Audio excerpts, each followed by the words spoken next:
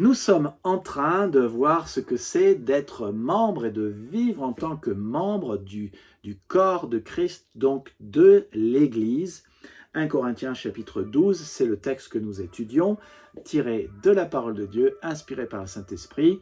Nous avons vu jusqu'à maintenant, si je puis regarder mes notes, d'abord que être membre, c'est être un contributeur par l'amour. Nous avons vu que nous sommes forts comme la neige quand elle est unie à d'autres. Nous sommes forts et puissants si nous sommes unis dans la diversité parce que nous manifestons le Christ. Nous avons vu, c'était le deuxième point des vidéos précédentes, que le corps, l'Église, pour exister, doit être plusieurs. Et aujourd'hui, et la dernière fois, maintenant nous regardons, le fait que Dieu a créé la diversité pour que j'ai besoin des autres. Alors, c'est le verset 20 qui dit cela. L'œil ne peut pas dire à la main, je n'ai pas besoin de toi. Je n'ai pris qu'un verset, je n'ai pas pris tous les versets. Mais Dieu veut d'un côté l'unité, de l'autre côté la diversité. D'un côté, il y a plusieurs membres, de l'autre côté, il n'y a qu'un corps. Et l'un et l'autre ne sont pas contradictoires, ne s'opposent pas, mais ils marchent main dans la main. Dieu est un. Et pourtant, il est divers et varié. Et l'Église est aussi une et diverse et variée. Les différences dans l'Église que Dieu a voulu et créé, c'est fait pour que tu aies besoin des autres. Alors, oui, tu as besoin des autres. Tu sais pourquoi? Parce que tu n'as pas tous les dons, parce que tu n'as pas toutes les capacités, parce que tu es limité en sagesse, limité en amour, et tu as besoin d'être aimé, et tu as besoin d'aimer les autres. Alors, verset 21 dit, l'œil ne peut pas dire à la main, je n'ai pas besoin de toi, ni la tête dire au pied, je n'ai pas besoin de vous. Quand on réfléchit, ça paraît évident, mais imaginons un peu comment ça fonctionne. L'œil, pour avoir l'impression que pour voir, il n'a besoin de personne et certainement pas d'une main. Pourtant, l'œil, pour voir, a besoin de vivre et il a besoin d'être dans le corps. Et le corps, s'il n'est pas nourri par la main qui prend de la nourriture, qui la met dans la bouche, le corps ne peut pas être et le cœur meurt. Donc, l'œil a besoin de la main, même si en apparence, l'œil pourrait penser qu'elle n'a pas besoin de la main.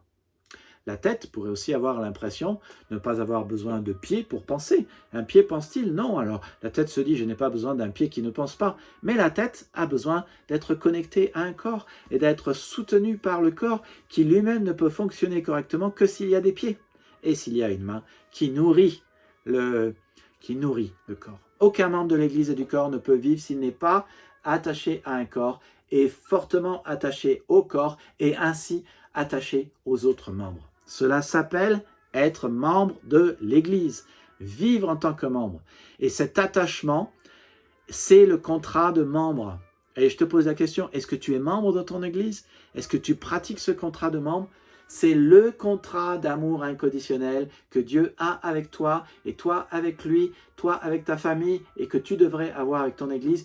C'est le contrat d'amour inconditionnel que j'ai partagé dans le message le plus important de ma vie donné le 12 janvier 2026 qui se résume par « Nous aimons parce qu'il nous aime » par Jean 13, 34. « Aimez-vous les uns les autres, à ceux-ci tous connaîtront que vous êtes mes disciples si vous avez de l'amour les uns pour les autres. » Dieu veut que nous soyons aimants. Allez voir unenouvelleéglise.fr, la page web, lisez-la, ça vous montre combien l'amour devrait être au centre et l'amour et l'attachement, ce sont deux synonymes. Bon alors, pour parler un peu plus d'attachement, quelques questions, puisqu'on est dans les analogies et les comparaisons du corps.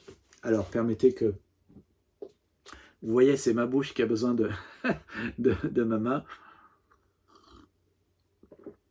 Que se passerait-il si votre œil estimait qu'il pouvait être hors du corps et regarder le corps de manière totalement déconnectée de celui-ci? Est-ce que votre œil vivrait? Non. Pourtant, les gens estiment qu'adorer le Seigneur à la télé ou sur YouTube est acceptable.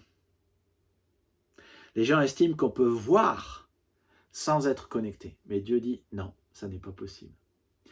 Que se passerait-il si votre foi, de temps en temps, se déconnectait de vous pour aller se greffer sur votre voisin? Vivrait-il? Non. Et vous non plus, tout votre corps non plus. Pourtant, de nombreux chrétiens visitent de temps en temps une autre église et ne sont pas loyaux à leur église, ni connectés les uns aux autres durant la semaine. Et ils disent « Oh, je vais aller faire un petit tour dans l'autre église. » Ça n'est pas grave. Mais ça n'est pas l'amour loyal que Dieu aimerait que vous ayez avec votre église.